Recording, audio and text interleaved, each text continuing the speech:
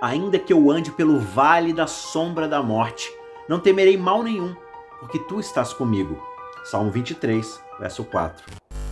Quando seu filho Absalão usurpou brevemente o seu trono, Davi retirou-se de Jerusalém. Ele atravessou o vale do Cedron, subiu ao Monte das Oliveiras e fugiu para um lugar seguro.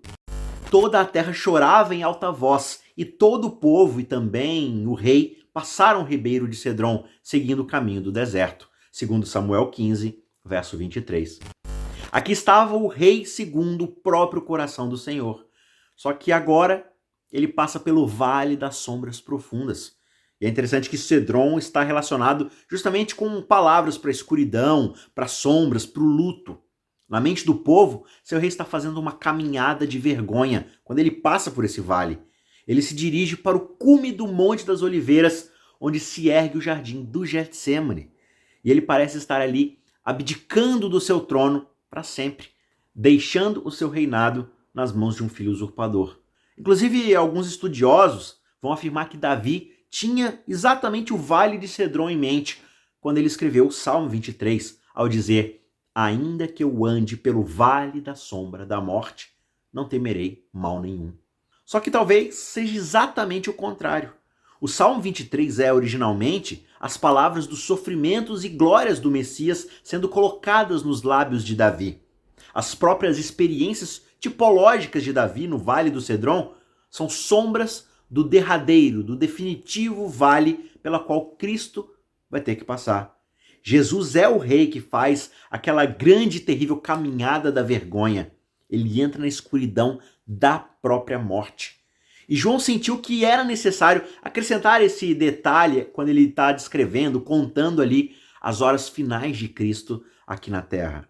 Ele diz o seguinte: depois de dizer isso, Jesus saiu juntamente com os seus discípulos para o outro lado, da onde? Do ribeiro de Cedron, onde havia um jardim, no caso aqui, o jardim do Getsêmani. E aí entrou com eles. João capítulo 18, verso 1. Onde Davi atravessou o Cedron e depois foi para um lugar seguro além do jardim do Getsêmani. Cristo não. Cristo parou exatamente no jardim do Getsêmani, aquele que vai ser conhecido por nós como Jardim das Aflições. Cristo poderia ter continuado e ter ido para um lugar seguro, onde ele não ia passar por tudo que teve que passar, tal como Davi acabou fazendo. Ele poderia ter usado essa antiga rota de fuga que o monarca lá atrás um dia conseguiu usar. Só que em vez disso, ele parou, orou e aceitou o cálice do sofrimento que o seu pai estava entornando sobre ele. Jesus esperava ser preso nesse jardim para que ele pudesse ser trazido de volta a Jerusalém e entrasse mais uma vez nesse vale sombrio de morte. Cristo escolheu percorrer o nosso caminho como nosso representante.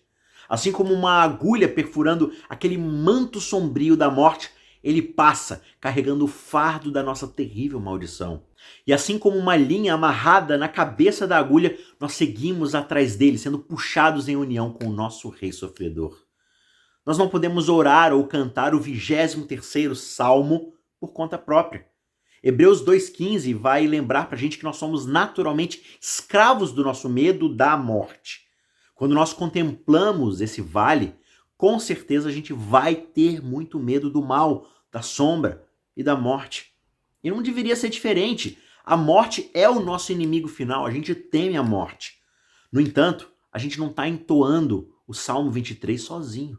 Antes de mais nada, Cristo já cantou essa música.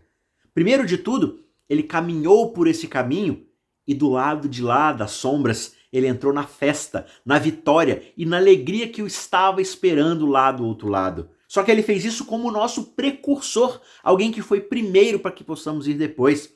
Se nós pertencemos a ele, a sua vitória é a nossa vitória. Hoje ele ainda canta esse salmo por nós e em nosso favor, em nosso intermédio, como nosso intercessor, nosso sumo sacerdote, nosso amigo. Quando nós ouvirmos a sua canção, a gente precisa permitir que os ouvidos do nosso coração sejam afinados mais uma vez. E em breve, em nossa maneira imperfeita, só que não menos real, nós vamos nos achar se juntando ao coro que diz: sim, embora eu caminhe pelo vale da sombra da morte, eu não vou temer nenhum mal, porque tu, ó Senhor, estás comigo.